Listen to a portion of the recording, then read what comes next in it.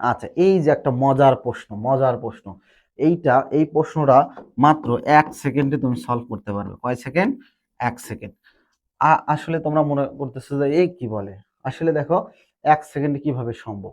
এখানে আমাদের প্রশ্নটা কি বলা হয়েছে, এত রেখাটি অক্ষদ্বয়ের সাথে যে ত্রিভুজ গঠন করে, কি বলা হয়েছে, যে ত্রিভুজ গঠন করে, যে ত্রিভুজ গঠন করে তার ক্ষেত্রফল নির্ণয় করো। কি নির্ণয় করো? ক্ষেত্রফল। তাহলে জাস্ট কি করবা, একটা মজার ট্রিক্স তোমাদের শিখাই দেই, আশা করি মাত্র 1 সেকেন্ডে তোমরা সলভ করতে পারবে। তাহলে কি বিষয়টা, জাস্ট এখানে আমাদের যে মানটা থাকবে এটাকে অর্ধেক করে দিবে। তাহলে অর্ধেক করলে কত হয়? 6। তাহলে আমাদের সঠিক অ্যান্সার হচ্ছে 6 বর্গ একক। আশা করি এই প্রশ্ন দেখা মাত্র তুমি সলভ করতে পারবে।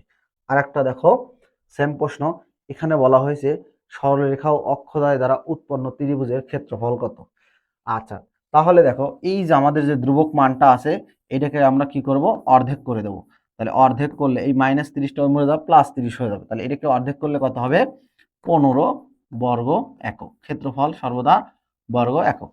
তাহলে আমাদের কোন অপশনে আছে? এই যে খ নাম্বার অপশন। খুব সহজ না? খুব সহজ কিন্তু। সেম প্রশ্ন আরেকটা দেখো, কুমিল্লা বোর্ড 23। এখানেও বলা হয়েছে যে এত রেখাটি অক্ষদ্বয়ের সাথে যে ত্রিভুজ উৎপন্ন করে তার ক্ষেত্রফল কত বর্গ একক।